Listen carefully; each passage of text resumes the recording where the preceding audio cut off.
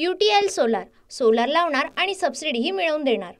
मी राजीनामा दिला नाही, मंत्री धनंजय मुंडेंची प्रतिक्रिया। भाजप आमदार सुरेश धस यांच्यासह विरोधकांकडून मुंडेंच्या राजीनाम्याची मागणी। सुरेश धस सोळंके मुंडेंचा राजीनामा मागत असताना मुख्यमंत्री राजीनामा घेत नाहीत। राजीनामा का घेत नाहीत याचं उत्तर मुख्यमंत्र्यांनी द्यायला हवं। सुप्रिया सुळेंची प्रतिक्रिया। सज्जन माणूस असता तर एका मिनिटात राजीनामा दिला असता, मात्र कसलीच लाज नसल्यामुळे धनंजय मुंडे मंत्रिपद सोडायला तयार नाहीत। अंजली दमानी यांची धनंजय मुंडेंवर टीका। पुरावे नसतानाही भाजप नेत्यांकडून धनंजय मुंडेंवर आरोप। अजित पवारांकडून देवेंद्र फडणवीसांसमोर नाराजी व्यक्त। सूत्रांची माहिती। पुरावा मिळेपर्यंत धनंजय मुंडेंचा राजीनामा नाही, अजितदादांचं मत। SIT आणि न्यायालयीन चौकशीपर्यंत कोणतीही कारवाई न करण्याची भूमिका। सूत्रांची माहिती। बीड प्रकरणात अजित पवारांना कोणते पुरावे हवेत? अजित पवार ॲक्सिडेंटल नेते, महाराष्ट्राचे नेते असते तर धनंजय मुंडेंना मंत्रिमंडळातून वगळलं असतं। खासदार संजय राऊतांचा निशाणा। भाजप माफिया मित्रपक्षांना सांभाळण्याचे प्रयत्न करतोय, त्यामुळे महाराष्ट्राचं माफियाकरण होतंय। खासदार संजय राऊतांचा हल्लाबोल। संतोष देशमुख हत्या प्रकरणी सुरेश धस फडणवीसांची भेट घेणार। दरम्यान सुरेश धस यांनी अजित पवारांकडेही भेटीसाठी वेळ मागितली। बीडमधील हत्येचा तपास हा धूळफेक। सुरेश धस बोलतात, मात्र वरून दट्ट्या मिळाल्या की माघार घेतात। खासदार संजय राऊतांचं वक्तव्य। संतोष देशमुखांचे कुटुंबीय आज मुख्यमंत्री फडणवीसांची भेट घेणार। हत्येच्या तपासासंदर्भात देशमुख कुटुंबीय फडणवीसांशी चर्चा करणार। महाविकास आघाडीचे पराभूत उमेदवार हायकोर्टात याचिका दाखल करणार। पराभूत उमेदवारांच्या वतीने असीम सरोदे याचिका दाखल करणार। याचिकेत निवडणुकीच्या पराभवाबाबत शंका उपस्थित करणारे मुद्दे। सूत्रांची माहिती।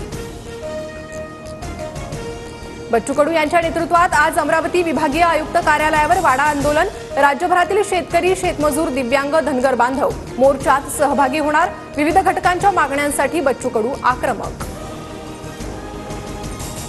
बारामतीत कांदा आणि दूध दरवाढीसाठी जनआक्रोश आंदोलन। शेतकऱ्यांची सरसकट माफी झाली पाहिजे, सुप्रिया सुळेंची मागणी।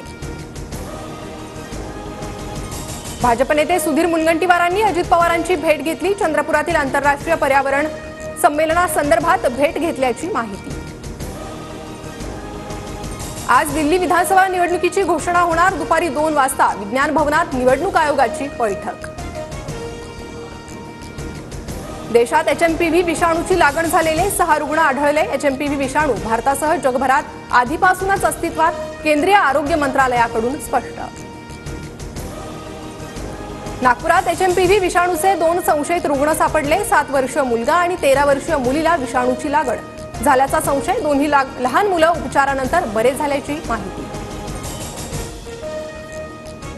आरोग्य विभागाच्या वरिष्ठ अधिकाऱ्यांची आज उच्चस्तरीय बैठक। HMPV विषाणूच्या पार्श्वभूमीवर आरोग्य विभागाची बैठक। आरोग्यमंत्री प्रकाश आंबेडकर यांनी बोलावली बैठक। राज्यातील 122 साखर कारखान्यांकडे 1685 कोटींची FRP थकीत। 30 कारखान्यांनी FRPची 100% रक्कम दिली। साखर आयुक्तालयाच्या अहवालातून माहिती समोर। राज्यात 2 दिवसात थंडी वाढण्याचा अंदाज। मुंबईचं किमान तापमान 14 अंशावर येण्याची शक्यता। अनेक शहरांचं तापमान 1 अंकी नोंदवण्यात येईल, हवामान अभ्यासकांचा अंदाज। नेपाळमध्ये 7.1 रिश्टर स्केलचा भूकंप। नेपाळमधील लोबुचे येथे भूकंपाचा केंद्रबिंदू। दिल्ली, बिहार, पश्चिम बंगालमध्ये भूकंपाचे धक्केही जाणवले। इंटरपोलच्या धर्तीवर देशाचेही भारत पोल लॉन्च। पोलीस थेट आंतरराष्ट्रीय गुन्हेगारांपर्यंत पोहोचू शकणार। केंद्रीय गृहमंत्री अमित शहांकडून CBIच्या भारत पोल पोर्टलचं उद्घाटन।